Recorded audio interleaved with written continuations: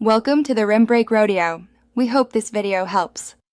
You begin with the right size and a calm surface. This matters for safety. First, lay the sleep sack flat and open all zippers so nothing gets tangled. Next, place your baby on their back with shoulders aligned to the seam. This ensures arm placement will be correct. Then, take one wing and gently tuck it across the chest, keeping the baby's hips loose. Do this to preserve natural leg movement while providing soothing containment.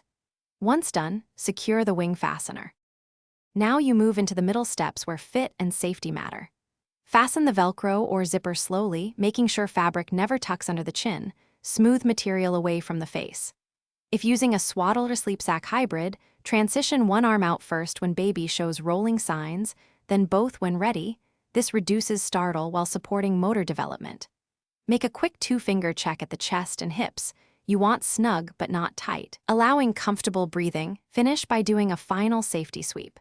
You should confirm the room and layers feel right. Aim for comfortable warmth. Use 0.51 TOG equivalent or a lightweight layer under the sack.